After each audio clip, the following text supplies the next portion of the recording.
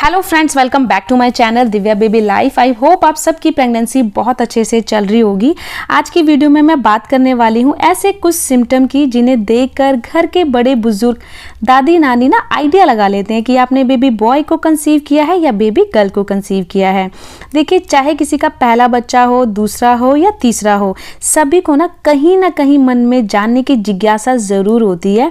होती क्यों है? क्योंकि हमारे मन के ना हार्मोन चेंज हो रहे होते हैं, हमारे शरीर में ना हार्मोन डेवलप होते हैं, अप डाउन होते हैं, तो जिससे ना मन में ना कभी सैड पन आ जाता है, कभी हैप्पी हो जाते हैं और ना मन में जानने की इस जिज्ञासा अपने आप ही उठती है कि मेरे क्या होने वाला है, बेबी गर्ल होने वाली है या बेबी बॉय होने वाला है।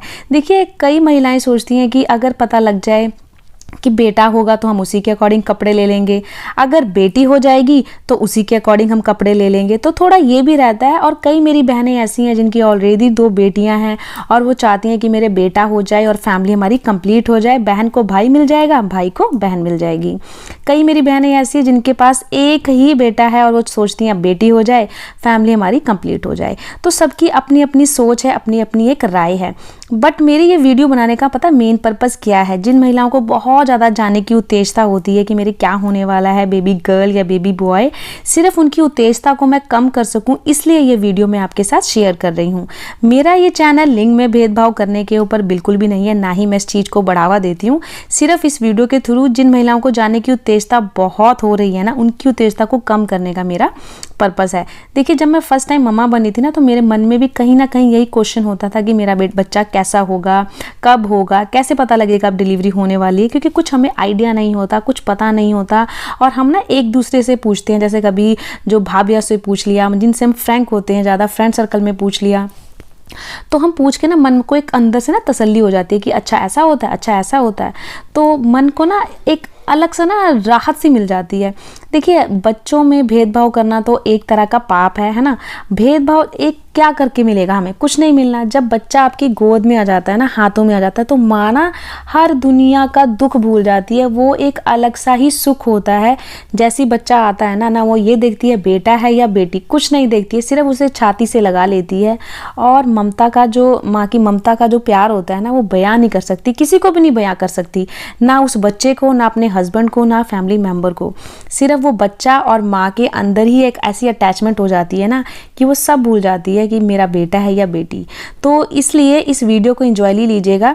तो मैं आपसे आज जो सिम्टम डिस्कस कर रही हूँ, मेरे केस में सटीक था दोनों ही प्रेगनेंसी में, सो दैट मेरी दादी सास ने मुझे बोल दिया था कि तेरे बेटा ही होगा। देखिए, प्रेगनेंसी के टाइम पे ना जैसे हम कंसीव करते हैं तो स्टार्टिंग के जो डेज़ होते हैं बहुत ज़्यादा अप डाउन वाले होते हैं, जैसे वॉमिटिंग आना, खाना खाने का मन नहीं करना, जी कच्चा होना, थोड़ा सा ऐसा लगता था कि ना शरीर में पता नहीं कैसा बेजान हो गया है। क्योंकि एक बच्चे का जन्म जब होता है ना, पेट में धीरे धीरे बड़ा होता है, तो हमारी ही एनर्जी उसको मिलती है, हमारे ब्लड से ही बड़ा होता है। तो हमारे ब्लड जब उसके अंदर कन्वर्ट होता है ना, जैसे उसके अंदर जाता है जब, तो हमारे अंदर ऑब्वियसली बात है चिड़चिड़ापन आ जाता है, क्योंकि हमारे हार्मोन्स एकदम से चेंज होते हैं, मूड की स्विचिंग ऑफ रहती है, शरीर में आलस आ जाता है, थोड़ा सा काम कर लेते हैं ऐसा लगता है कि हम थक गए हैं, थोड़ा सा रेस्ट कर ले। तो ये सब 3 महीने में होना नॉर्मल है, कोई भी प्रॉब्लम नहीं है। बट 3 महीने के बाद चौथा महीना जब स्टार्ट हो जाता है, 5वां महीना जब स्टार्ट हो जाता है, जब हम खाना पीने लग जाते हैं, मतलब हमें स्मेल या वॉमिटिंग की प्रॉब्लम नहीं रहती, अगर उस टाइम पर आपको सर में दर्द की प्रॉब्लम है, बहुत ज़्यादा सर में पेन हो रहा है, कभी शाम को कभी मॉर्निंग में, तो ये एक सिम्टम होता है, ये एक साइन जाता है बेबी बॉय को।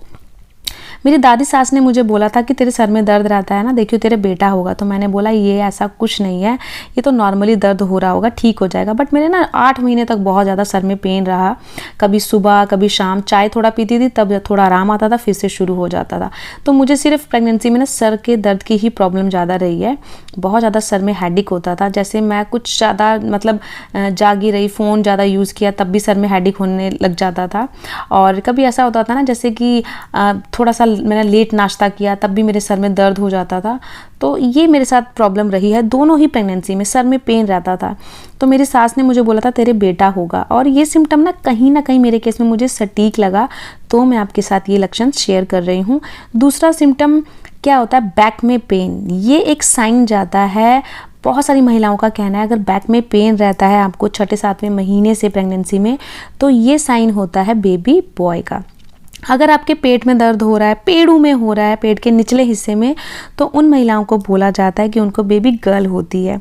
बट इसका साइंटिफिक रीज़न क्या है? जैसे हम ज़्यादा देर किचन में खड़े रह जाते हैं, कपड़े धो लेते हैं, बर्तन धोते धोते किचन में खड़े रहे काफ़ी देर, खाना बनाया, तो अब पेट हमारा बाहर आ रहा है, वेट गेन हो रहा है, उसका भार हमारे पीठ पे पड़ता है, तो हमें बैक पेन होता है। बट ओल्ड वाइफ्स का कहना है अगर महिलाओं को बैक में पेन रहने की प्रॉब्लम है टिल 9 मंथ्स, तो उनको बेबी बॉय होता है।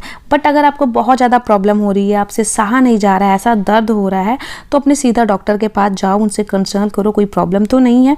इसमें बिल्कुल भी लापरवाही आप मत बरतिएगा कि आप सोच रहे हो कि ये बैक पेन ऐसे ही है, नॉर्मली है। अगर आपको बहुत ज़्यादा हो रहा है, असहनीय दर्द है, तो सीधा अपने डॉक्टर से जाके आप पूछ सकते हो कि ये प्रॉब्लम क्यों है। तीसरा, मेरे ना दोनों ही प्रेगनेंसी में ये सिम्टम बहुत देखा गया है। मेरे ना स्टार्टिंग से ही डेज से मेरे रात में सोते हुए ये ज़्यादा होता था। जैसे दिन में भी सो जाती थी ना, दिन में भी पैर की नस चढ़ जाती थी और मैं चीख मार के उठती थी रात में। मेरे साथ ये बहुत बार हुआ है। इवन ना मेरा कमरा ऊपर है और मेरी सास का कमरा नीचे है। 1-2 बार तो वो ऊपर आ गए कमरे में, मैंने इतनी जोर की चीख मारी है क्योंकि नस मेरी इतनी बुरी तरह चढ़ जाती थी पैर की। प्रेगनेंसी के टाइम में बहुत ज़्यादा दर्द होता था, बहुत ज़्यादा पेनफुल था।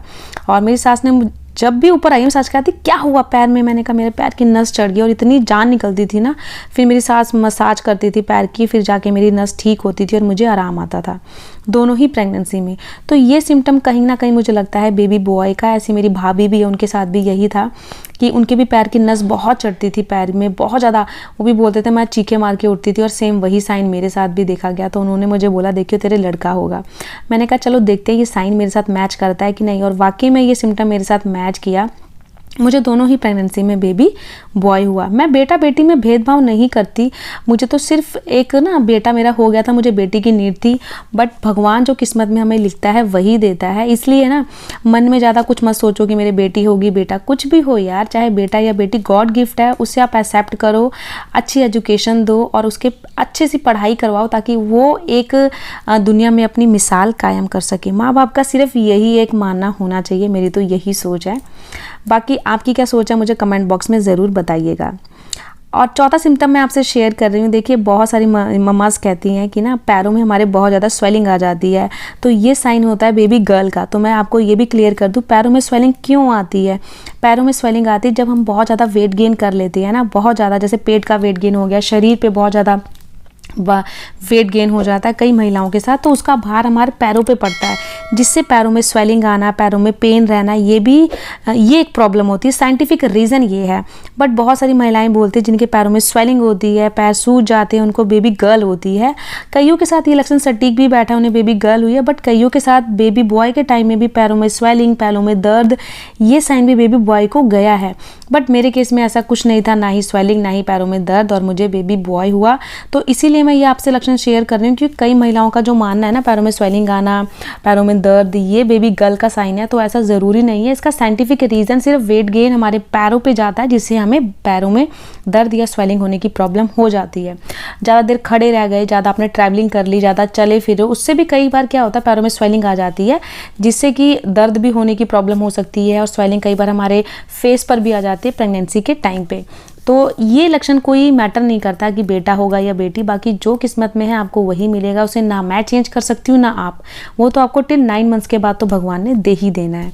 तो enjoy your pregnancy. I hope आपको मेरी वीडियो अच्छी लगी होगी। चैनल पे अगर फर्स्ट टाइम विजिट कर रहे हैं ना तो प्लीज़ चैनल को सब्सक्राइब किया करें। आप इतना सारा प्यार देते हो मेरी वीडियो को, उसके लिए तहे दिल से शुक्रिया। अपना ख्याल रखिए, खूब पानी पिए, खूब जूस पिए, खूब हेल्दी फूड खाएं ताकि बच्चा आपका हेल्दी हो, साथ में आपकी नॉर्मल डिलीवरी हो। तो चलिए फिर मिलती हूँ किसी नई वीडियो में, तब तक के लिए बाय बाय, टेक केयर।